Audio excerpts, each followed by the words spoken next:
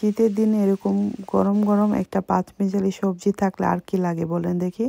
একটু তেল গরম করে নিলাম, পাঁচফোড়ন দিয়ে নিলাম, তেজপাতা দিয়ে নিলাম। এখন আগে থেকে কেটে রাখা সবগুলো ভেজিটেবল দিয়ে নিলাম। এখানে আমি নিয়েছি ব্রোকলি, কলিফ্লাওয়ার, ক্যারট আর পটেটো।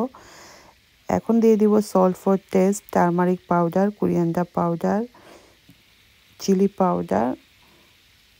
সব কিছু আমি হাফ স্পুনের মতো করে দিচ্ছি। আপনারা আপনাদের পরিমাণ মতো কম বেশি করে নেবেন। দিয়ে ভালো করে এখন মশলাটার সাথে তেলটার সাথে ভালো করে মিক্স করে নিব। এখন আমি এটাকে ভালো করে নেড়ে দিব সব কিছু, যাতে একসাথে ভালোভাবে সিদ্ধ হয়। আর এই ভেজিটেবলটা এরকম হবে, খুব বেশি সফট হবে না, খুব বেশি নরম হবে না, একটু ক্রাঞ্চি ক্রাঞ্চি থাকবে।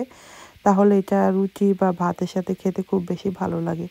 আমি একটু লিড দিয়ে বসিয়ে রেখে দিলাম আর 5 মিনিট পর চলে আসলাম। এখান থেকে অনেকটা ভেজিটেবল থেকে পানি উঠে যাবে। আপনাদের পানি দেওয়ার খুব প্রয়োজন হবে না। যদি প্রয়োজন মনে হয় আমার মতো অল্প একটু পানি দিবেন, 1/3 কাপ পানি দিলেই হয়ে যাবে।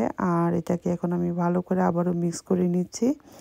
যখন পানিটা একটু শুকিয়ে আসবে তখন আমি এখানে দিয়ে দিব আগে থেকে কেটে রাখা ক্যাপসিকাম বা টমেটো দিতে পারেন। আমি এখানে রেড ক্যাপসিকাম দিয়ে দিব, আপনারা চাইলে গ্রিন ক্যাপসিকামও এখানে ইউজ করতে পারেন।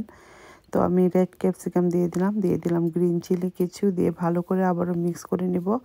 আর আমি আগেই বলেছি যে ভেজিটেবলগুলো খুব বেশি সফট করা যাবে না, একটু ক্রাঞ্চি টাইপের থাকবে। এখন দিয়ে দিলাম কোরিয়ান্ডার ফর টেস্ট। এটা অবশ্যই দিতে চেষ্টা করবেন যারা পছন্দ করেন, এটাতে সুন্দর একটা ফ্লেভার আসে। আর না চাইলে এটা স্কিপ করতে পারেন। রেডি হয়ে গেল আমার মিক্সড ভেজিটেবল।